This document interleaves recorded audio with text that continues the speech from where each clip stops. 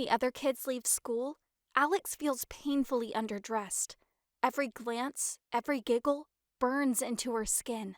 She's certain that everyone is talking about her. "Are you sure you don't want to go to the nurse?" Alice asks, standing beside her in the entranceway.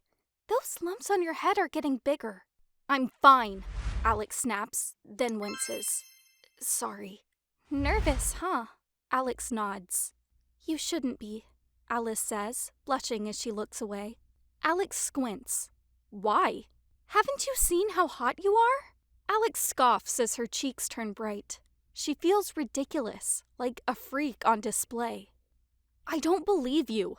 Everyone's looking at me like I'm different." She laughs, but it's forced. "It's not like we're two boys going on a date." Alice tilts her head. "Why are you so fixated on that?" Alex stiffens. "No reason." Before Alice can pry, a group of girls walks by, whispering and giggling. Alex's patience snaps. "What's so funny?" she blurts, stamping her foot. "We're just a girl and a boy hanging out. What's so interesting?" Alice sighs. "It's not a big deal, Alex. Why do you keep mentioning it?" Alex turns away, rubbing her arms. Forget it." Alice studies her, but Alex doesn't meet her gaze. Instead, she fidgets, looking desperate. "If Luke brings his friends, can you come with us?" "What?" "Please, Alice." Alex clasps her hands together.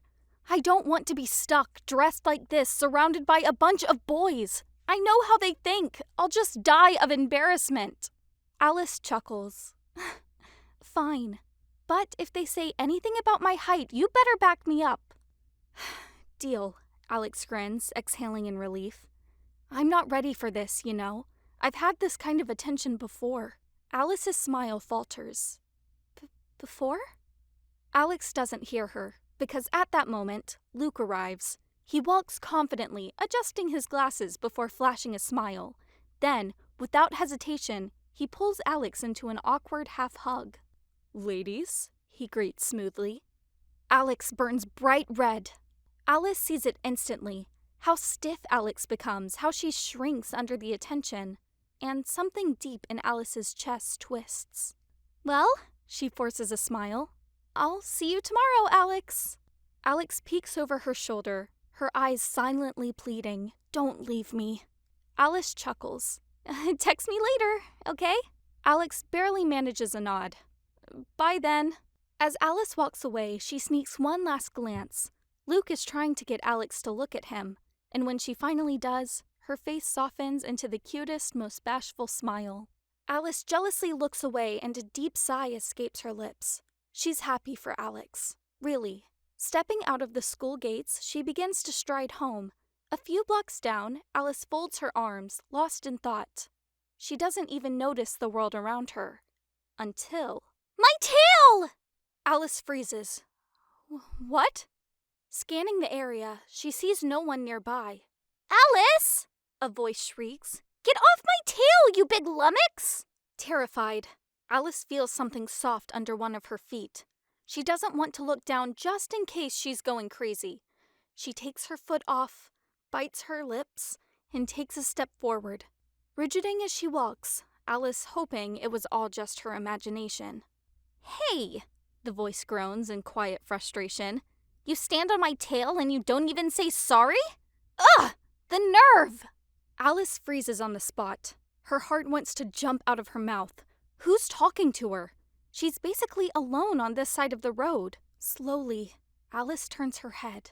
Her eyes grow wide with fear as the cat from this morning sits in the middle of the path, nursing its tail with a sour look on its face. You talked!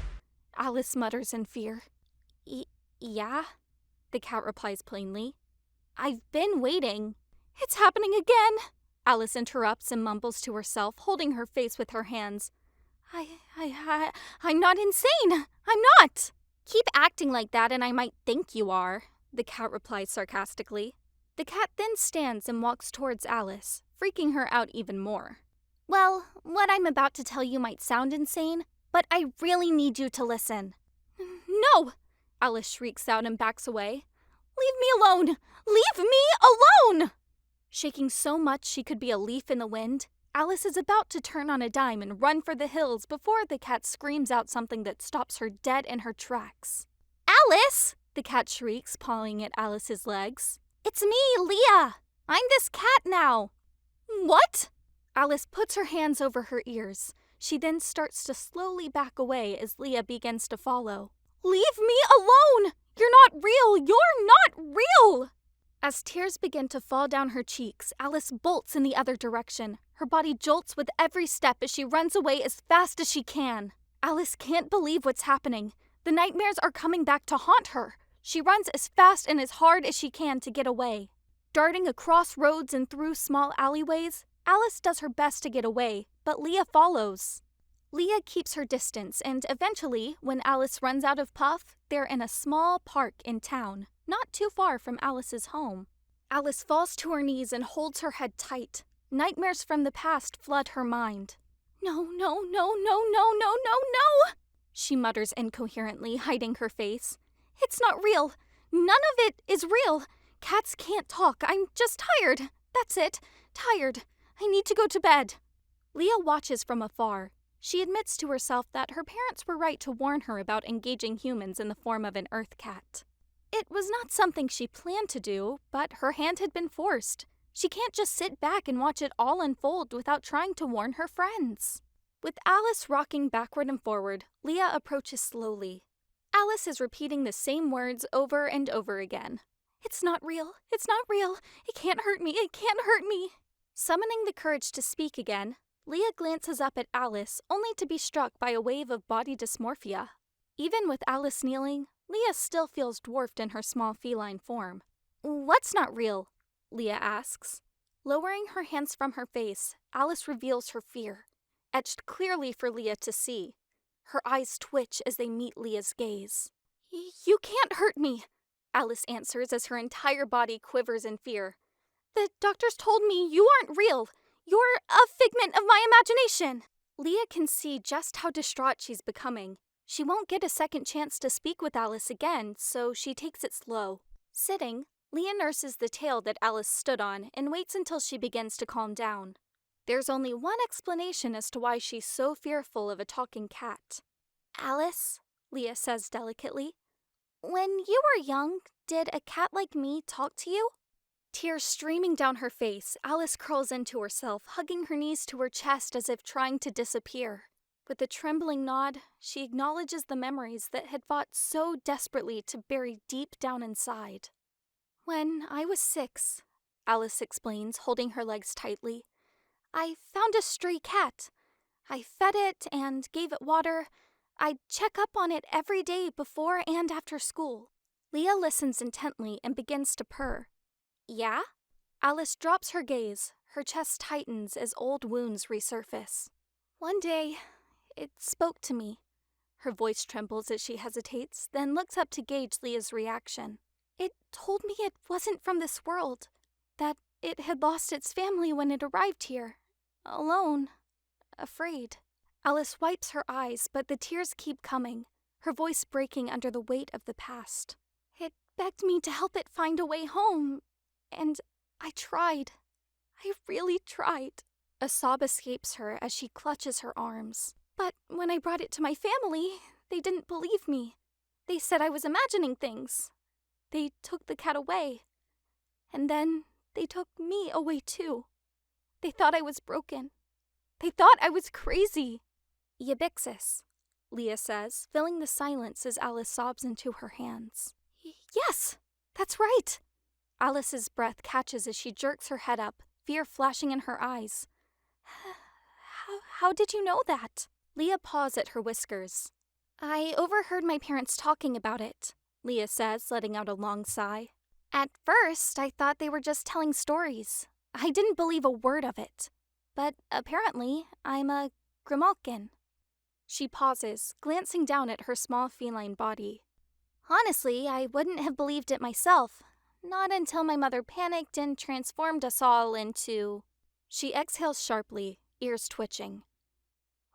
Well, into this. Wait, Alice shakes her head, confusion clouding her expression.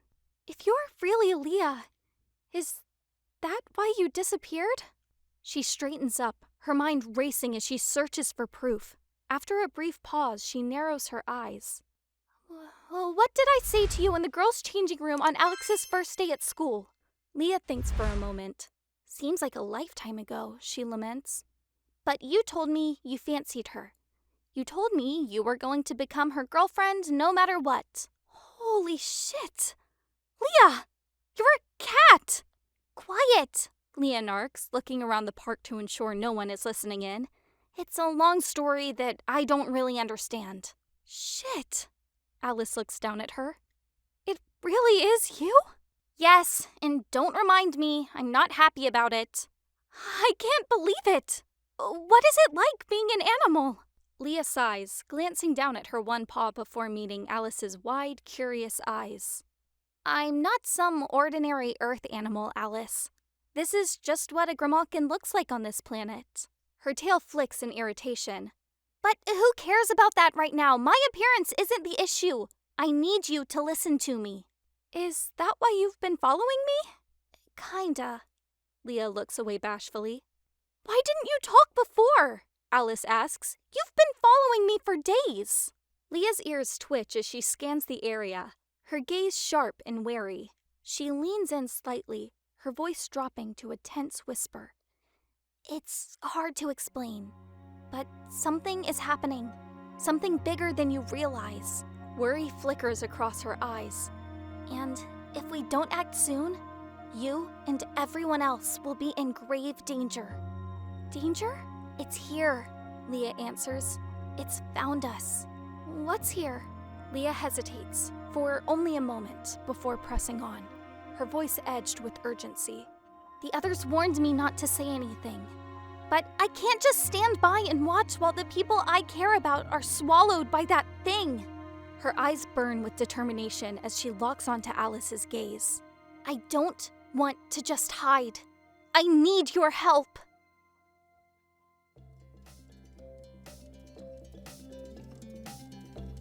Thank you so very much for watching and making it all the way to the very end. If you've enjoyed the content, please consider supporting us on Patreon, where members get early access to all our content.